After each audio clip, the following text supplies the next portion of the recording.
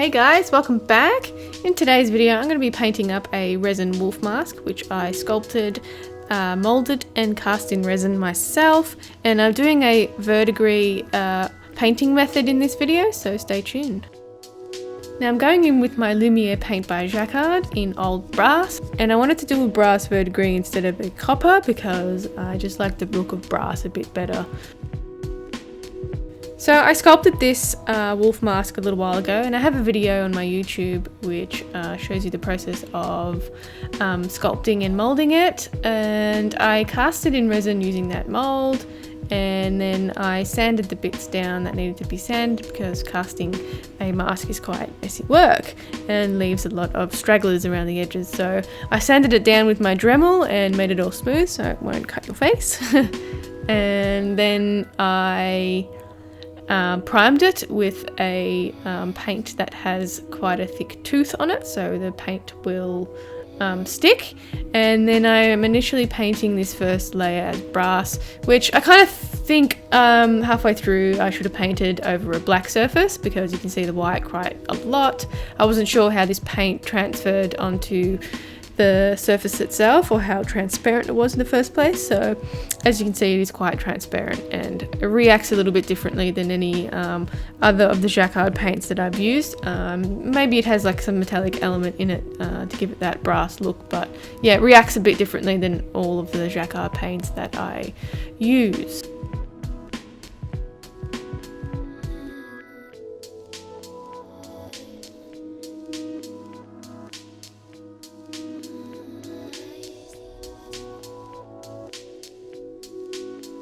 So now that I know how this paint behaves, I can go ahead, and I've decided to paint over the brass itself with a thin layer of black paint just so it still shows a bit of the brass through the paints, so not all is wasted.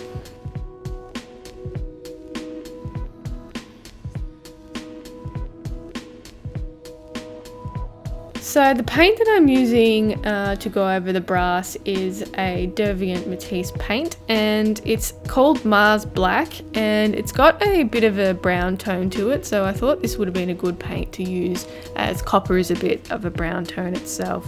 I mean, brass is a bit of a Pantone itself, so I am watering down this paint a little bit because it is quite thick and I didn't want all of the paint to cover up any of the details on the mask, so I watered it down a bit just so the paint can run into all the crevices and it doesn't mess up any of your details. So that's just a handy little tip if you don't want to mess up any details on your sculpture pieces.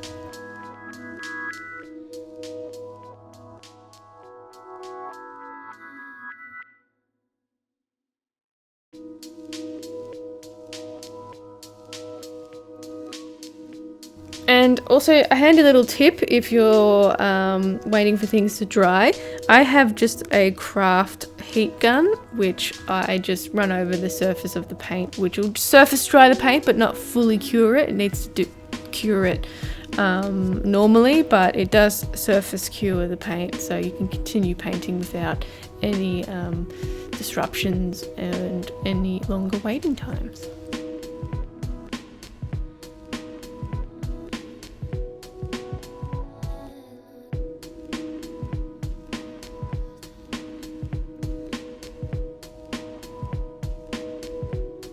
So I also painted the inside of this mask in this Mars Black colour, and I didn't water down the paint for that one. I just did it a straight paint job, so it's really thick, so it has great coverage, so I only need to do one layer of that black paint in the inside.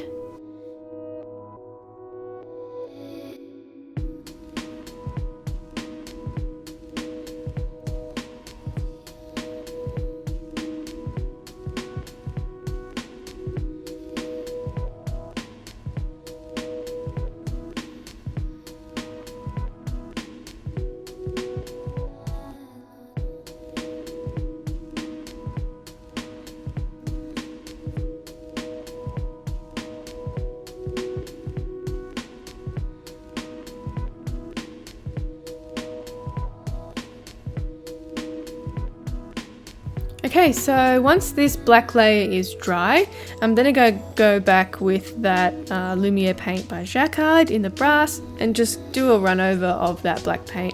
And you can see how well the brass actually turned out over the black paint. So yeah, just a tip as well that I've also taught myself is to use a black background if you're going to do any sort of metallic paint job.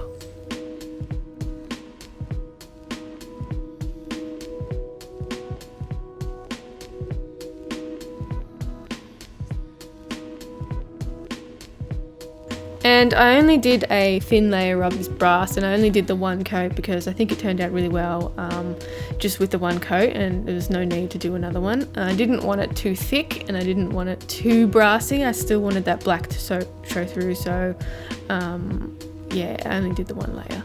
And I'm just going in with a smaller brush so I can get some paint into the corners of the eye wells and it's not left just plain black or plain white.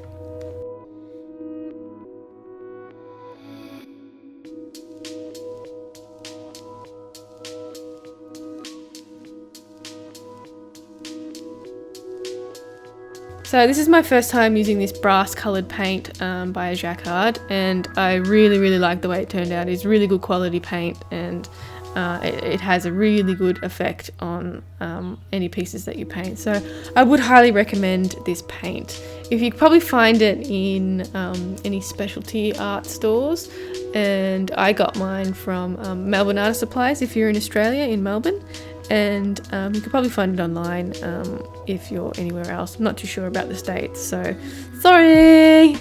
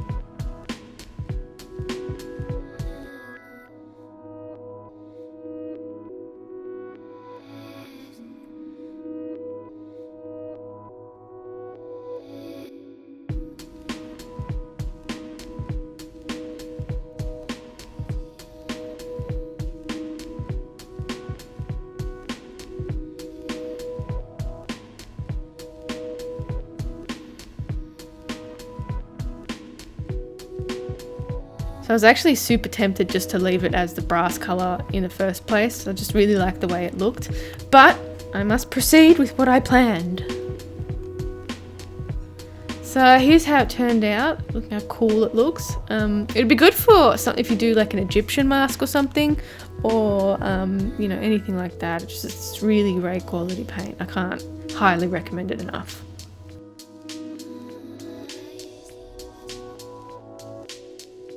Right, so I'm going to go in with Derby and Matisse in Aqua Green Light for the Verdigris colour, and I really wanted a more of a teal colour, so I chose this colour instead of actually mixing my own because it's just a pain. So what I'm doing here is I'm watering down the paint itself just so it can run into any crevices. If you look at the way Verdigris is, it's a lot more weathered and stuff in creases where the water can get into. So yeah, a good tip is to water the paint down a lot so that paint can run into the crevices and it doesn't leave too much of a heavy paint job over the original paint.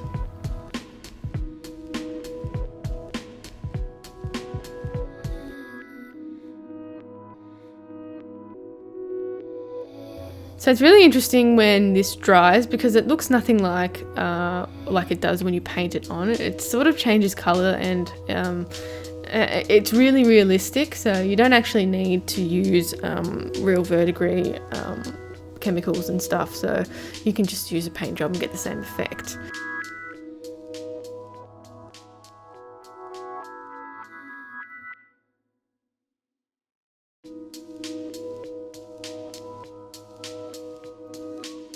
So again, I just did this one layer of the teal paint because I didn't want too much of that green effect on the mask itself. I didn't want like a heavy verdigris. So yeah, only the one layer. It transfers really well once it's watered down, and it's not too the coverage is not too bad, so it's quite see-through when you water it down a little bit.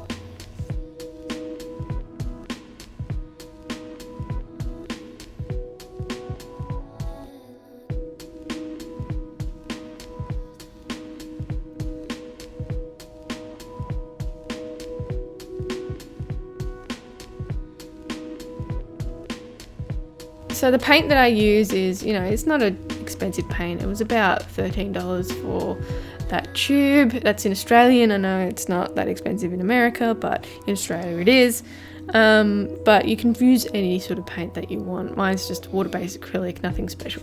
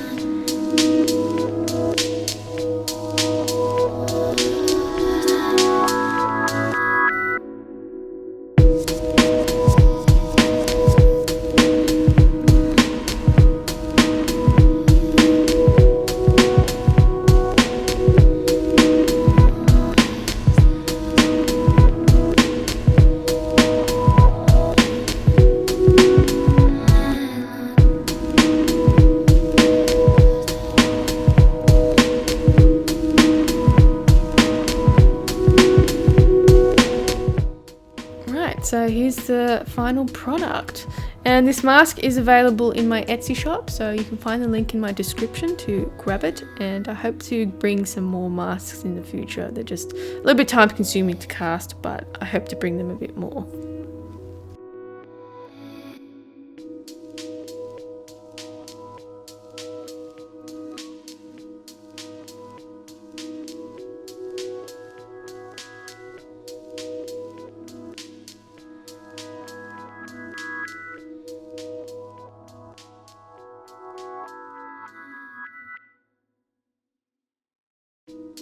Alright, that's it from me today, guys. I hope you enjoyed the video. If you did, give it a thumbs up and don't forget to subscribe.